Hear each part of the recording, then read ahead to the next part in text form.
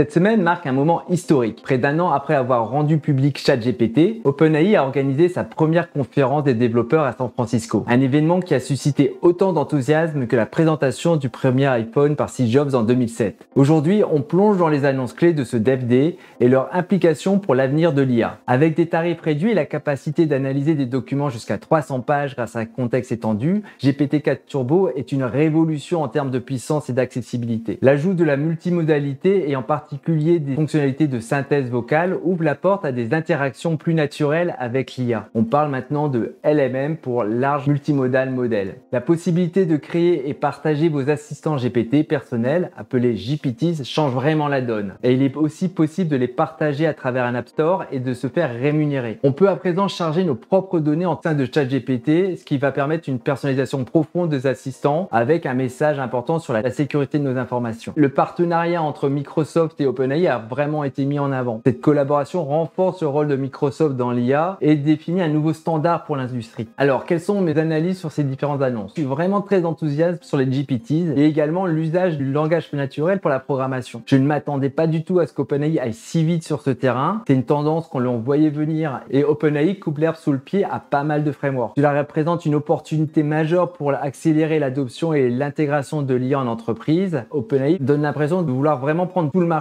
Cette mise en avant du partenariat avec Microsoft et toutes ces innovations mettent la pression sur les acteurs, en particulier les modèles propriétaires fermés comme Google, AWS, Anthropic, et pousse l'écosystème de développement d'applications LLM, y compris open source, à innover constamment. Par contre, je ne trouve pas que ce soit le meilleur duo pour pouvoir parler de sécurité de l'information. Satya et son intervention sur l'infrastructure veut faire passer un message à ceux qui envisagent encore d'entraîner et de déployer leurs modèles dans leur propre data center. Je vais tester toutes ces nouvelles fonctionnalités, notamment les assistantes API, pour pouvoir migrer les assistants que j'ai déjà développés et voir ce que ça donne. Parce que souvent, entre les annonces et la réalité, il y a un réel gap et j'espère pouvoir vous faire un feedback le plus rapidement possible. Leur généralisation va transformer l'utilisation de l'IA en entreprise et accélérer son adoption.